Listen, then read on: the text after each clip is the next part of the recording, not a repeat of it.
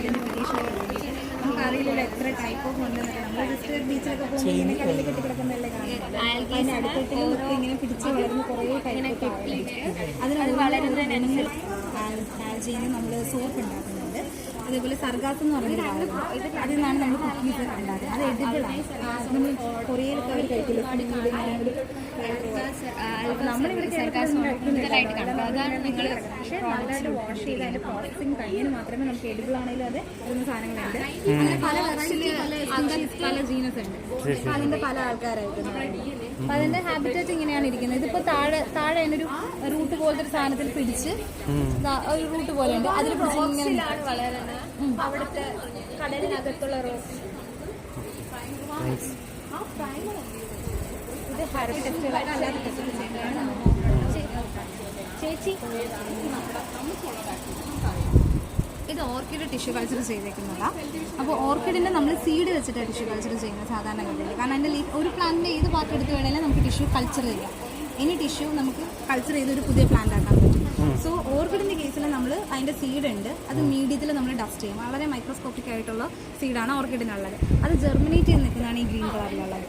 Okay, അപ്പോൾ അത് കുറച്ച് നാൾ കഴിയുമ്പോഴത്തേക്കിന് ഒരു പ്ലാന്റ് ആയിട്ട് വളരാനായിട്ട് തുടങ്ങും. അങ്ങനെ നമ്മൾ മീഡിയം ഇങ്ങനെ കൊടുത്തുകൊണ്ടേയിരിക്കണം, മാറ്റി കൊടുത്തുകൊണ്ടിരിക്കണം. കാരണം ഒരു ടൈം കഴിയുമ്പോഴത്തേനും മീഡിയം വലിച്ചെടുക്കാൻ തുടങ്ങും. അപ്പോൾ തീർന്നു കഴിഞ്ഞാൽ ഇത് ഡെഡ് ആവും. അതുവരെ നമ്മൾ അതിനെ മെയിൻറ്റെയിൻ ചെയ്ത് കൊണ്ടുപോയി ഈ ഒരു സ്റ്റേജ് ആകുമ്പോൾ നമുക്കത് പുറത്തെടുക്കാൻ പറ്റും.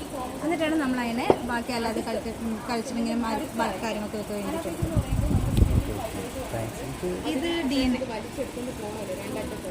Plant DNA isolate ചെയ്തെടുത്തേക്കുന്നതാണ്. ഇത് ഒണീനി എന്നുള്ള DNA ആണ്.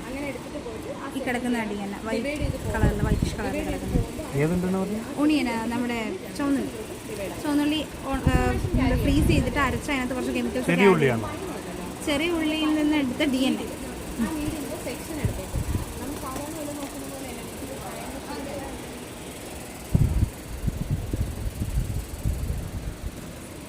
നമ്മൾ ആർട്ടിഫിഷ്യൽ PCR എന്ന് കേട്ടിട്ടില്ല. അപ്പോൾ അതെന്ന് പറയുന്നത് റിയൽ ടൈം PCR എന്ന് പറയും. ഓക്കെ, ഇതെന്ന് പറയുന്നത് നമ്മുടെ വെറും PCR ആണ്. അതിന് യൂസ് ചെയ്യുന്ന മെഷീനാണ് തെർമൽ സൈക്ലർ എന്ന് പറയും. PCR എന്ന് വെച്ച് കഴിഞ്ഞാൽ പോളിമറൈസ് ചെയിൻ റിയാക്ഷൻ എന്ന് പറയുമല്ലോ. ഇപ്പോൾ നമുക്കറിയാം ജീനോമിക് DNA എന്ന് പറയുന്നത് അത് ഇഷ്ടംപോലെ പ്രോട്ടീൻസ് ഉണ്ടാവാനായിട്ട് ഉള്ള ഇൻഫർമേഷൻ ക്യാരി ചെയ്യുന്നതാണ്. അപ്പോൾ ഒരു സിംഗിൾ ജീനെ കുറിച്ച് മാത്രം നമുക്ക് പഠിച്ചാൽ മതി. അങ്ങനെ പഠിക്കണമെങ്കിൽ നമുക്ക് അതിന് കുറേ കോപ്പീസ് വേണം. ആ കോപ്പീസ് ഉണ്ടാക്കുന്നത് നമ്മൾ പോളിമറൈസ് ചെയിൻ റിയാക്ഷൻ എന്ന് പറഞ്ഞിട്ട് ഒരു റിയാക്ഷൻ ചെയ്തിട്ടാണ്. അപ്പോൾ അതിലെന്ത് ചെയ്യുന്നത് വെച്ച് കഴിഞ്ഞാൽ നമ്മൾ ഈ ഒരു ട്യൂബാണ്. ഓക്കെ, ഈ ഒരു ട്യൂബിൽ വളരെ കുറച്ച് എമൗണ്ട് ആയിരിക്കും നമ്മൾ ആ DNA എടുക്കും. ആ DNAയിൽ ആവശ്യമായിട്ടുള്ള നമ്മൾ ഈ ന്യൂക്ലിയോടൈഡ്സ് അഡിനൈൻ ഗുവാനൈൻ എന്നൊക്കെ പറഞ്ഞ് ഇതില്ലേ, അപ്പോൾ അത് കൊടുക്കും. നമ്മുടെ പ്രൈമർ എന്ന് പറഞ്ഞിട്ടൊരു RNAയുടെ ഒരു കുഞ്ഞു ഫ്രാഗ്മെൻ്റാണ്. അതും കൊടുത്ത് ടാക് പോളിമറൈസ് എന്ന് പറയുന്ന ഒരു എൻസൈം ഉണ്ട്. ആ എൻസൈമും കൊടുത്ത് അതിനാവശ്യമുള്ള ബഫർ, ആ റിയാക്ഷൻ നടക്കണം, ബഫറും കൊടുക്കും. എന്നിട്ട് നമുക്കിതിൽ ഈ മെഷീൻ കണ്ടോ, ഈ മെഷീനിനുള്ളിൽ ഈ ഒരു ട്യൂബ് നമുക്ക് ഇൻസേർട്ട് ചെയ്തിട്ട് ഇവിടെ നമുക്ക് എല്ലാം കൺട്രോൾ ചെയ്യാൻ പറ്റും. അപ്പോൾ അതിൽ നമ്മൾ ഡീനേച്ചറേഷൻ ഇത് ചെയ്യണമെന്നുണ്ടെങ്കിൽ ആ ഒരു ജീനോമിക് DNA സെപ്പറേറ്റ് ആയിട്ട് വേണം. ജീനോമിക് DNA ഇപ്പോൾ ഇത്ര ഉണ്ടെങ്കിൽ ഈ ഒരു കുഞ്ഞു പാർട്ട് മാത്രം മതി നമുക്ക് ആംപ്ലിഫൈ ചെയ്ത്.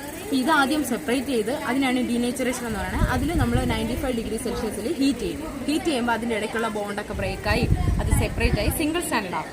ആ സിംഗിൾ സ്റ്റാൻഡേർഡ് ആയിട്ടുള്ളതിൽ നമ്മൾ ആ ഒരു കുഞ്ഞ് റീജിയൻ മാത്രം മതിയല്ലോ. അവിടെ എന്ത് ചെയ്യുന്നത് വെച്ച് കഴിഞ്ഞാൽ ഈ RNA ഫ്രാഗ്മെന്റ് അതിന്റെ തുടക്കത്തിൽ പോയി അറ്റാച്ച് ചെയ്യും. അതിന് അനീലിംഗ് എന്ന് പറയും. ആ അനീലിങ്ങിന് വേണ്ടിയിട്ട് നമ്മളൊരു ടെമ്പറേച്ചർ സെറ്റ് ചെയ്ത് കൊടുക്കണം. അത് ആ ഒരു പ്രൈമേഴ്സിനെ ഈ അറ്റാച്ച് ചെയ്യുന്നില്ല, ആ ഒരു പോർഷനെ ഡിപ്പെൻഡ് ചെയ്ത് ആണ് ഇരിക്കാനായിട്ട്. അപ്പോൾ അത് 55 തൊട്ടിട്ട് 65 ഇടയ്ക്കുള്ള ഒരു ടെമ്പറേച്ചർ ആയിട്ട് സ്പെസിഫിക് ആയിരിക്കണം. അതിൻ്റെ ഇടയ്ക്കുള്ള ഒരു ടെമ്പറേച്ചറാണ് നമ്മളെപ്പോഴും സെറ്റ് ചെയ്ത് കൊടുക്കണം. അത് കഴിഞ്ഞിട്ട് ആ ഒരു RNAയിലാണ് പുതിയ നമ്മുടെ ആ ന്യൂക്ലിയോടൈഡ് അഡിനൈനും ഗുവാനൈനും പോയി അറ്റാച്ച് ചെയ്ത് സ്റ്റാൻഡ് എക്സ്റ്റെൻഡ് ചെയ്യുന്നത്. അതിന് എക്സ്റ്റൻഷൻ എന്ന് പറയും. ആ എക്സ്റ്റൻഷന് നമ്മൾ 72 ഡിഗ്രി സെൽഷ്യസിലാണ് ചെയ്യുന്നത്.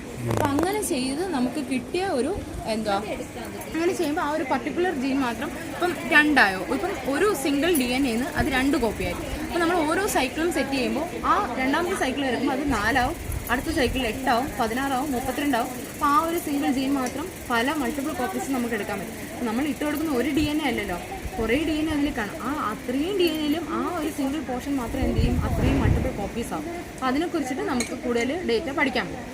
അതാണ് നമ്മുടെ PCR നമ്മൾ മെയിനായിട്ട് യൂസ് ചെയ്യുന്നത്. അതുപോലെ നമ്മൾ സെൽ, അപ്പോൾ അതിൻ്റെ ഒണിയൻ്റെ റൂട്ടിപ്പിൽ നടക്കുന്ന ആ മൈറ്റോസ് എന്ന് പറയുന്ന ഒരു സെൽ ഡിവിഷൻ നമുക്ക് ഇതിൽ കാണാൻ പറ്റും. സെൽസും കാണാൻ പറ്റും, കാണുന്നുണ്ട്. 2 കണ്ണും വെച്ച് നോക്കാം കേട്ടോ. ആ പിങ്ക് കളറിൽ ഇങ്ങനെ കുഞ്ഞു കുഞ്ഞു ഇതായിട്ട് സെല്ലായിട്ട് കാണുന്നത്. ആ സെല്ലിനെ ഒരിക്കലും നമ്മുടെ ഈ DNA എന്ന് പറയുന്നത് സെൽ ഡിവിഷന്റെ സമയത്താണ് കണ്ടൻസ് ചെയ്ത് ക്രോമസോം ആവുന്നത്. കാരണം നമ്മൾ ആ 2 സെൽ ഡിവൈഡ് ചെയ്യുന്ന വെച്ചാൽ ഒരു സെല്ല് 2 ആവുമെന്നല്ലേ. അപ്പൊ അതിലുള്ള ജനറ്റിക് ഇൻഫർമേഷൻ എന്ത് ചെയ്യണം, 2 സെല്ലിലോട്ട് പോകണം. അപ്പൊ അതുകൊണ്ട് നമ്മൾ സെല്ല് ഡിവൈഡ് ചെയ്യുന്ന സമയത്ത് നമ്മുടെ ക്രോമസോം ഒക്കെ ആയി അത് ഡബിളായി അത് 2 സെല്ലിലോട്ട് പോകും. അതാണ് നമുക്ക് ഇതിൽ കാണാൻ പറ്റും. ഊട്ടിയിലൊക്കെ പോകുമ്പോൾ ആ ഒരു ലീഫിന്റെ ക്രോസ് സെക്ഷനാണ് വെച്ചേക്കുന്നത്. അതിങ്ങനെ ട്രയാങ്കിൾ പോലെ കട്ട് ചെയ്ത് ഒരു കുഞ്ഞു പീസ് വെച്ചേക്കുന്നത്. കുഞ്ഞു പീസ് എന്നല്ല, നമ്മൾ ഭയങ്കര തിന്നായിട്ടുള്ള ഒരു സെക്ഷൻ എന്ന് പറയത്തില്ല, അത് വെച്ചേക്കുന്നത്. ഇത് നമ്മൾ കാണുമ്പോൾ എപ്പോഴും പറയുന്നത് മഷ്റൂം ഇതാണ്. പക്ഷെ ഇത് എഡിബിൾ ആയിട്ടുള്ള മഷ്റൂമാണ്. ഇതൊന്നും എഡിബിൾ അല്ല എന്ന് പറയുന്നത്. ലൈക്ക എന്നാണ് പറയുന്നത്. ലൈക്കൺ എന്ന് പറയുമ്പം ഫംഗസ് എന്ന് പറയുമ്പോൾ സാധാരണ നമ്മൾ എന്തോ വിചാരിക്കുന്നത്, ഫംഗസ് എന്ന് പറയുന്നത് ജസ്റ്റ് സ്കാൾപ്പ്, ബ്രെഡിലോ മൗൾഡ് അതൊക്കെ വിചാരിക്കും. പക്ഷെ ഫംഗസ് എന്ന് പറയുന്നത് മൈക്രോസ്കോപ്പിക് ആയിട്ടുള്ള ഏകദേശം ബ്രെഡ് മൗൾഡൊക്കെ നല്ലൊരു പൊടി പോലെയല്ലേ, അതുപോലത്തെ സാധനങ്ങളാണ് ഫംഗസ്. മൈക്രോസ്കോപ്പിക് ആണ്. മാക്രോസ്കോപ്പിക് ആണ് ഇതൊക്കെ. ഇത് ഫംഗസ് എന്ന് പറഞ്ഞാൽ വിശ്വസിക്കാം, അതുപോലെ വെച്ചിട്ട് നോക്കിയാൽ വിശ്വസിക്കൂല. ഇത് മഷ്റൂം ആണെന്ന് പറഞ്ഞാലും വിശ്വസിക്കൂല. പക്ഷെ മഷ്റൂം നമ്മൾ വിചാരിക്കുന്നത് ഇതേപോലെ ഇരിക്കുന്നത് മഷ്റൂം. പക്ഷെ ഇത് എഡിബിൾ ആയിട്ടുള്ള മഷ്റൂം. ഇതൊന്നും എഡിബിൾ അല്ല. നമ്മൾ ബാർക്കിലൊക്കെ കാണപ്പെടുന്ന ഡെഡ് ആയിട്ടുള്ള ബാർക്കിലിരിക്കുന്നതാണ് ഈ ഫംഗസ്. ഈ ഒരു ഫംഗസ് മഷ്റൂം എന്ന് പറയുന്നത്.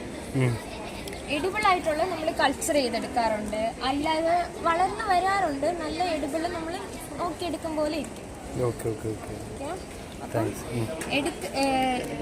ഇത് 2 രീതിയിലാണ് മഷ്റൂം പ്രിസർവ് ചെയ്യുന്നത്. ഇത് ഡ്രൈ പ്രിസർവേഷൻ മെത്തേഡ്, ഇത് ഫോർമാലിൻ പ്രിസർവേഷൻ. നമ്മൾ ആൽഗെ കണ്ടതുപോലെ തന്നെ ഇവരിൽ വ്യത്യാസം, ഇവരെ പ്രസ് ചെയ്ത് വയ്ക്കാൻ പറ്റത്തില്ല. അതുകൊണ്ട് നമ്മൾ ഇങ്ങനെ ഡ്രൈ പ്രിസർവേഷൻ ചെയ്യും. ഡ്രൈ പ്രിസർവേഷൻ ചെയ്യുന്നത് ഓവൻ യൂസ് ചെയ്തും അല്ലെങ്കിൽ ഷാലോ ആയിട്ടുള്ള റീജിയൻസില്ലേ, ഈ ഒരു വെയിൽ ഏകദേശം കുറച്ചടിക്കുന്ന റീജിയൻസിലൊക്കെ വെച്ചിട്ടാണ് ഇവർ ഉണക്കിയെടുക്കുന്നത്. ഒരുപാട് ചൂടായിപ്പോയ ഇതിൻ്റെ ക്വാളിറ്റി കുറയും. ഇതിൻ്റെ ആ ഒരു സ്പീഷീസിൻ്റെ തന്നെ രൂപം തന്നെ മാറി. ഇത് നമ്മൾക്ക് എന്തിനാ ഏകദേശം സ്പീഷീസിൻ്റെ യൂസസ് സാപ്രോഫൈറ്റ്. ഇവർ മെയിൻലി നമുക്ക് നമ്മുടെ ജീവനുള്ള ശരീരം അഴുകിപ്പോകാനുള്ള കാരണം തന്നെ ഇവരാണ്. ഇവരും ബാക്ടീരിയാസുമാണ്. ഇവരില്ലെങ്കിൽ നമ്മളെല്ലാം ഇങ്ങനെ ചത്തു പൊന്തി ഇങ്ങനെ നിൽക്കും. ജീവനോടെ ഇരിക്കുന്ന ശരീരം അതേപോലെ നാറാതെ അവിടെ പൊങ്ങിക്കിടക്കും. ഒരു ജീവനുണ്ടെങ്കിൽ ഇപ്പൊ കുഞ്ഞു കിടന്നാലുള്ള അവസ്ഥ എന്നാലും. പക്ഷെ നാറ്റം ചിലപ്പോൾ കാണും. ചില ബാക്ടീരിയസ് അഴുകാൻ സഹായിക്കത്തില്ല, പക്ഷെ നാറ്റം വരും. അങ്ങനെയൊക്കെ ഉണ്ടായി ഒരുപാട് ഇതല്ലേ ഫംഗസ്. ഇത് കണ്ടില്ലേ, എഡിബിൾ ആണ്. ഇത് കഴിക്കാൻ പറ്റുന്നുണ്ട്. ഫംഗസ് കൊണ്ട് യൂസ് ഉണ്ട്, ഒരുപാട് യൂസസ്. അപ്പൊ ഇതും ഫംഗസിലാണ് നമ്മൾ ചേർക്കും. മഷ്റൂം ഫംഗസ്, ഇതും മഷ്റൂം ആണ്. പക്ഷെ ഇത് എഡിബിൾ അല്ല. ഈ മഷ്റൂമിന്റെ പേരെന്താണ്? എന്താണ് റെഡ് എന്തോ അങ്ങനത്തെ എന്തോ പേര് പറയാം. ഓക്കെ, തമ്മിലുള്ള ഒരു അസോസിയേഷൻ ആണ് ലൈക്കൺ എന്ന് പറയുന്നത്. എന്നുവെച്ചാൽ ഫംഗസ് എന്ന് പറഞ്ഞാൽ പറഞ്ഞില്ലേ, കുഞ്ഞായിട്ടുള്ള ബ്രെഡ് മാൾഡ് പോലെയുള്ള കുഞ്ഞായിട്ടുള്ള ഫംഗസിന്റെയും കുഞ്ഞ് ആൽഗീസ് ഉണ്ട്. ഇത് കണ്ടില്ലേ, വലിയ ആൽഗീസ് അല്ലേ. പക്ഷെ വെള്ളത്തിനകത്ത് ഒരുപാട് മൈക്രോസ്കോപ്പിക് ആൽഗീസ് ഉണ്ട്. ഈ മൈക്രോസ്കോപ്പിലൊക്കെ വച്ച് നോക്കാൻ പറ്റുന്ന കുഞ്ഞു കുഞ്ഞു ആൽഗീസ് ഉണ്ട്.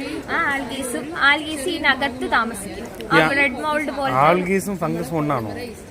ആൽഗീസ് എന്ന് പറയുന്ന ആ ഒരു ടൈപ്പ് ഗ്രീൻ കളർ പിഗ്മെന്റ്സും ഇവർക്ക് ഫോട്ടോസിന്തസിസും എല്ലാം പ്ലാന്റ്സിനെ പോലെ തന്നെ നടക്കും ഏകദേശം കാര്യങ്ങൾ. പക്ഷെ ഇവർക്കാണെങ്കിൽ എന്താ ബെഡ് ഇവര് അഴുകാനും പല കാര്യങ്ങൾക്കാണ് സഹായിക്കുന്നത്. രണ്ടാണ്. പക്ഷെ രണ്ടും പ്ലാന്റ് ഗ്രൂപ്പിനകത്താണ് വരുന്നത്, ബോട്ടണിക്കകത്താണ് വരുന്നത്. അപ്പം ഇത് പ്ലാന്റ് നമ്മളെ ബാർക്കില് ട്രീന്റെ ബാർക്കില് ഉള്ള ഫംഗസും ആൽഗി. ഫംഗസ് എന്തിനാന്ന് വെച്ചാൽ ഫംഗസ് ആണ് ഇവരെ ഷെൽട്ടർ ചെയ്യുന്നത്. രണ്ടുപേരും കൂടെ ഒരു അണ്ടർസ്റ്റാൻഡിൽ പോകും. ഒരാൾ ഷെൽട്ടർ കൊടുക്കും, ഒരാൾ ഫുഡ് കൊടുക്കും. ആൽഗി ഫുഡ് കൊടുക്കും. അപ്പൊ ഇവർ രണ്ടുപേർക്കും ഞാൻ പറഞ്ഞു പ്ലാന്റ് പോലെ തന്നെ ഇവർക്ക് ഫുഡ് കൊടുക്കാനുള്ള കപ്പാസിറ്റി. ഇവർ രണ്ടുപേരും കൂടെ ഒരു അറ്റാച്ച്, അതിനെ പറയുന്നതാണ് ലൈക്കൺ. ഇതാണ് ലൈക്കൺസ്. ലൈക്കൺ എന്ന് പറയുന്നത് കൂടുതലും കാണപ്പെടുന്നത് ഈ ഫംഗസ് അല്ലേ? ഇത് ഫംഗസ്. ഇത് ലൈക്കൺ. ലൈക്കൺ തന്നെ 3 തരത്തിലുണ്ട്. Crustose lichen. ക്രസ്റ്റോസ് ലൈക്കൺ എന്ന് പറയുമ്പോൾ ഇത് കണ്ട ഒട്ടിപ്പിടിച്ച് മരത്തിലൊക്കെ കാണുന്ന പോലെ ഒട്ടിപ്പിടിച്ച് ഇതോ കാണുന്ന എല്ലാ ക്രസ്റ്റോസ് ലൈക്കൺ. പക്ഷേ ഏതാണ് പറഞ്ഞു? ഈ വെള്ളമായിട്ടൊക്കെ ഒരുപാട് എല്ലാം crustose lichen. Okay. Crustose lichen, ഈ ഒരു ക്രസ്റ്റോസ് ലൈക്കൺ നമ്മൾ കാണുന്നത് മറ്റേ ഓടിന്റെ ഒക്കെ മണ്ടയിലൊക്കെ ഇരിക്കുന്ന ഈ പച്ച കളർ കണ്ടിട്ടില്ലേ, അതാണ് ഈ ക്രസ്റ്റോസ് ലൈക്കൺ. ക്രസ്റ്റോസ് എന്ന് പറയുമ്പോൾ ഒട്ടിപ്പിടിച്ച്. ഇത് വേറെ, ഇതിനെ തന്നെ വേറൊരു ഇത് കണ്ടാൽ തന്നെ നല്ല വ്യത്യാസമല്ലേ? ഇതിനെക്കാട്ടി നല്ല വ്യത്യാസമല്ലേ? അതിന് ഒരു ഇലയുടെ ഒക്കെ ഒരു മോഡൽ പോലെ അല്ലേ, ഇല പോലെ. അതിന് പറയുന്നത് ഫോളിയോസ് ലൈക്കൺ. ഫോളിയോസ് എന്ന് പറയുമ്പോൾ ലീഫ് ലൈക്കൺ ആണ്. Folios lichen. ഇതിന് തന്നെ ഇത് അതിനെക്കാട്ടി വ്യത്യാസമുണ്ട്. ഇതൊക്കെ ഒരു വേര് പോലെ, ഒരു മുന്തിരിങ്ങയുടെ ഇത് മുന്തിരിങ്ങയൊക്കെ കഴിച്ചിട്ട് വരുന്നത് പോലെ. മുന്തിരിങ്ങനെ ആലോചിക്കുമ്പോൾ പറയുന്നത് ഫ്രൂട്ടിക്കോസ് ലൈക്കൺ. ഫ്രൂട്ടിക്കോസ് ഫ്രൂട്ട് പോലെ. അതിന്റെ ഫ്രൂട്ടിക്കോസിന്റെ കാരണം എന്ന് വെച്ചാൽ ഇത് കണ്ട കുറെ ഫ്രൂട്ടിങ് ബോഡീസ് പോലെ, ഫ്രൂട്ട്സ് പോലെ ഇരിക്കുന്ന കുറെ കുമ്പളകൾ പോലെ കണ്ട, അതിനാണ് ഫ്രൂട്ട് എന്ന് പറയുന്നത്. ആ ഫ്രൂട്ടിങ് ബോഡി ഉള്ളത് കൊണ്ടാണ് ഫ്രൂട്ടിക്കോസ് എന്ന് പറയുന്നത്. ഇവരെ 3 തരത്തിലാണ് ക്ലാസിഫൈ ചെയ്യുന്നത്. ഇവരുടെ ഷീറ്റിലും മറ്റേ ഇതേപോലെ ഫോർമാലിറ്റി പ്രിസർവേഷൻ. ഇവരെ ഡ്രൈ പ്രിസർവേഷൻ. ഈ പ്രിസർവേഷനെ പറയുന്നത് ഡ്രൈ പ്രിസർവേഷൻ. ഇതെല്ലാം ഏകദേശം 3 ആൽഗയുണ്ട്, 3 ലൈക്കൺസും ഉണ്ട്. കണ്ട, ക്രസ്റ്റോസ് ലൈക്കൺ, ഫോളിയോസ് ലൈക്കൺ കണ്ടോ. ഇതെല്ലാം ഏകദേശം എവിടെയാണ് കാണപ്പെടുന്നതെന്ന് വെച്ചാൽ ഈ മൂന്നാറിലൊക്കെ ഒരുപാട് സ്പീഷീസ് ഉണ്ട്. ഒരു മൂന്നാറൊക്കെ എന്ന് പറയുമ്പോൾ അതിന്റെ കണ്ടീഷനാണ് എക്സ്ട്രീം കോൾഡ് കണ്ടീഷൻസ് ഒക്കെ ഇവർക്ക് നല്ലൊരു ഇവരൊരു പ്രധാനപ്പെട്ട കാര്യം എന്ന് വെച്ചാൽ ഇവരെ പൊല്യൂഷൻ ഇൻഡിക്കേറ്റേഴ്സ് എന്നാണ് പറയുന്നത്. എന്ന് വെച്ചാൽ ഇവരിപ്പോൾ പൊല്യൂഷൻ ഉണ്ടെങ്കിൽ ആ പൊല്യൂഷൻ റീജിയനിൽ അവര് കാണപ്പെട്ടിട്ടുണ്ടായിരുന്നിട്ട് ഇവര് അപ്പിയറൻസ് ഇല്ലാതായി പോകും. അപ്പൊ അവിടെ എന്തോ ഒരു മാറ്റം വന്നു. ഇവരങ്ങനെ ഒരു സഹായം നടത്തി. അതുകൊണ്ട് പൊല്യൂഷൻ ഇൻഡിക്കേറ്റേഴ്സ് എന്ന് പറയും. ഏറ്റവും കൂടുതൽ ഏറ്റവും കൂടുതൽ കാണപ്പെടുന്ന ആൽഗി എന്ന് പറയുന്നത് സൈനോ ബാക്ടീരിയ ആണ്. ഫംഗസ് അസ്കോമൈസീഡ്സ് എന്ന് പറയുന്ന ഒരു ഫംഗസ്. ഇവർ വരുന്നത് പെസിഡോമൈസീഡ്സ് എന്ന് പറയുന്ന ഫാമിലിയിൽ. മഷ്റൂംസ് വരും.